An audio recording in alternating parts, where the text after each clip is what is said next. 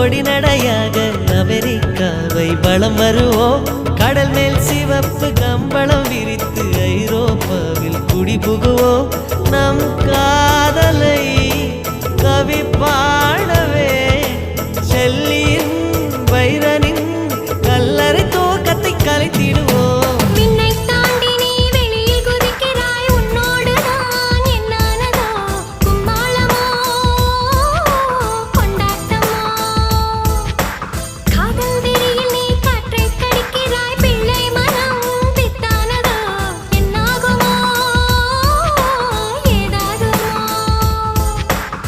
வாடை காற்றுக்கு வயசாச்சு, வாழும் பூமிக்கு வயசாச்சு.